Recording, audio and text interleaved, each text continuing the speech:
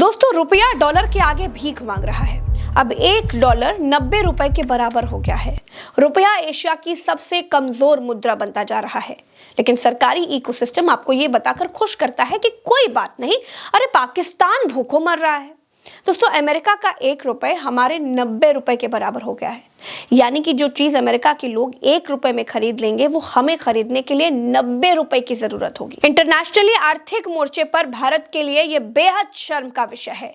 कभी नरेंद्र मोदी को यह शर्मनाक लगता था। नरेंद्र मोदी की बेचैनी गिरते रुपए के लिए देखने को मिलती थी, लेकिन आज की तारीख में प्रधानमंत्री को कोई फर्क नहीं पड़ता है।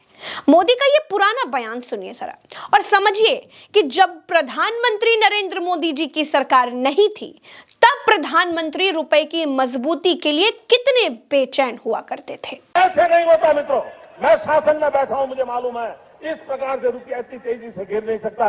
अरे अगर नेपाल का रुपया नहीं गिरता है, बांग्लादेश की करेंसी नहीं गिरती है, पाकिस्तान की करेंसी नहीं गिरती, श्रीलंका की करेंसी नहीं गिरती, क्या कारण है हिंदुस्तान का रुपया पतला होता जा रहा है? ये जवाब देना पड़ेगा आपको। देश आपसे जवाब मांग रहा है। रुपए को लकवा मार गया है। प्रधानमंत्री पिछले 11 साल से सत्ता में है, लेकिन अब प्रधानमंत्री के मुंह से रुपए का रा नहीं निकलता है। अरे रुपया जाए चूल्हे भाड़ में, ऐसा लगता है कि नरेंद्र मोदी देश के प्रधानमंत्री हैं ही नहीं। प्रधानमंत्री और उनकी प्रचार मशीनरी पूरे देश में यह भ्रम फैलाती है कि उनका पूरी दुनिया में डंका बज रहा है। भारत तो विश्वगुरु बन चुका है, जबकि ऐसा कुछ भी नहीं है। आपको बड़ी आसान भाषा में समझाती हूं कि डंका बजना होता क्या है। देखिए दोस्तों, आपका आपके नाते रिश्तेदारों में भौकाल कब बनता है? जब आप मजबूत होते हैं। अब वो मजबूती कैसे आती है, कैसे दिखती है कि आप मजबूत हैं? आपकी मजबूती पैसों से दिखाई देती है। अच्छा घर होता है, अच्छी गाड़ी होती है, रिश्तेदारों की मदद के लिए आपके पास पैसा होता है, तो बाकी के जो रिश्तेदार होते हैं वो भी आपका लोड लेने लग जाते हैं। रुपया और डॉलर का कोई मुकाबला ही नहीं है। आपकी गरीबी रुपए की कीमत से ही दिखाई देती है और आप कहते हैं कि दुनिया में आपका डंका बज रहा है। और सबसे बड़ी बेशर्मी की बात यह है दोस्तों कि रुपए की सेहत ठीक कैसे की जाए, इसका कोई प्लान भी आपके पास नहीं है। वित्त मंत्री मैडम तो ऐसी है जो प्याज महंगा होने पर कह देती है कि वो प्याज खाती ही नहीं है। भाई रुपए की इस दुर्दशा पर वो कह सकती हैं कि वो रुपया खर्च करती ही नहीं है, वो तो गूगल पे से पेमेंट करती हैं। दोस्तों, देश में बादलों में रडार छिपाने से रुपया मजबूत होता, आधी झूठी आधी सच्ची आधी अधकचरी बातें करने से रुपया मजबूत होता, तो प्रधानमंत्री के बस की बात लगती। लेकिन जो प्रधानमंत्री खुद को अनपढ़ बताते हैं, वो कैसे रुपया को मजबूत कर पाएंगे? देश को प्रधानमंत्री से आर्थिक स्तर पर कोई उम्मीद नहीं है। अब कोई कंपनी भी नहीं बची है जिसे बेच करके भाई रुपयों को मजबूत किया जा सके। आप प्रज्ञा का पन्ना देख रहे हैं, तो यहाँ पर आपको कम समय में डिटेल एनालिसिस मिलता है और इसीलिए आप प्रज्ञा का पन्ना देखने के लिए आते हैं, आप अपना समय हमको देते हैं। तो अब सवाल ये उठता है दोस्तों कि भारतीय रुपया आखिर गिर क्यों रहा है, उसके कारणों को भी समझ लिया जाए।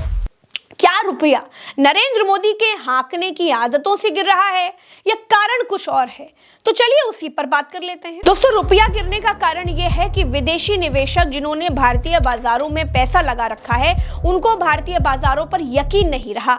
अब वो इसीलिए अपना पैसा भारतीय बाजारों से निकाल कर भाग रहे हैं। भारत से पैसा निकाल कर वो दूसरी मार्केट में डाल रहे हैं, जिससे डॉलर की मांग बढ़ रही है। दोस्तों, केवल इसी साल अक्टूबर 2025 में 1.14 लाख करोड़ और नवंबर में 45,974 करोड़ का नेट आउटफ्लो हुआ है। इसका कारण अमेरिका, कनाडा जैसे देशों से भारत की कबाड़ा हो चुकी विदेश नीति बताई जा रही है। इकोनॉमिक्स की भाषा में अगर समझें तो अमेरिका भारत व्यापार संबंधों में अनिश्चितता और वैश्विक जोखिम की भावना ने निवेशकों का विश्वास कम कर दिया है। भारत का व्यापार घाटा बढ़ा है। अमेरिकी सरकार ने अगस्त 2025 से भारत से आयातित वस्तुओं पर 50% का टैरिफ लगाया, जिसने भारतीय निर्यात को कम कर दिया। इससे व्यापार घाटा बढ़ा और मुद्रा बाजार में अनिश्चितता पैदा हो गई। लेकिन भारत की सरकार चलाने वालों को इससे कोई लेना देना नहीं है। भारत की सरकार चलाने वालों को देश चलाने से ज्यादा पार्टी चलाने की चिंता है। पिछले दिनों जब भारत ने अपना अनुमानित सकल घरेलू उत्पाद यानी जीडीपी 7.3 ट्रिलियन अमेरिकी डॉलर बताया, तो अंतरराष्ट्रीय मुद्रा कोष यानी आईएमएफ ने भारत की जीडीपी और नेशनल अकाउंट्स यानी आंकड़ों को सी रेटिंग देकर भारतीय आंकड़ों की गुणवत्ता पर ही सवाल उठाती है। 24 नवंबर को जारी एक रिपोर्ट में आईएमएफ ने भारत को सी ग्रेड दिया। हैरानी ये भी है दोस्तों कि 8.2% की विकास दर का आंकड़ा आने के बाद भी शेयर बाजार में वो गर्मजोशी नहीं दिखाई दी जिसकी उम्मीद की जा रही थी। 2025 से 26 में भारतीय रुपया डॉलर के मुकाबले 6.19% गिर चुका है, जबकि पिछले एक महीने में ही ये गिरावट 1.35% की रही है। हाल के दिनों में रुपए में डॉलर के मुकाबले सबसे तेज गिरावट आई है। इस लिहाज से रुपया एशिया की सबसे कमजोर मुद्रा बन गया है। रुपया का कमजोर होना दर्शा रहा है कि अंतर्राष्ट्रीय स्तर पर भारतीय अर्थव्यवस्था की साख कमजोर हो रही है, लेकिन भारत के प्रधानमंत्री के सिर से बिहार की जीत की खुमारी उतर ही नहीं रही है। देखिए, इस वीडियो में मेरे साथ फिलहाल इतना ही, मुझे दीजिए इजाजत। लेकिन प्रधानमंत्री को सुनते जाइए। शीतकालीन सत्र से पहले वो देश को संबोधित कर रहे थे और विपक्ष को बिहार हार के बाद वो चिढ़ा रहे थे। उनको देश की आर्थिक स्थिति, देश की आर्थिक चुनौतियों से कोई फर्क नहीं पड़ता, उनको बिहार जीत से फर्क पड़ता है।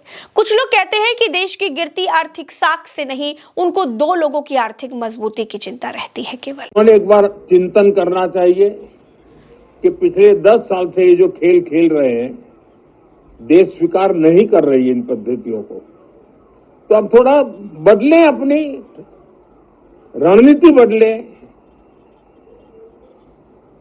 मैं टिप्स देने के लिए तैयार हूं उनको कैसे परफॉर्म करना चाहिए, लेकिन कम से कम सांसदों के हकों पर तराप मत लगाइए।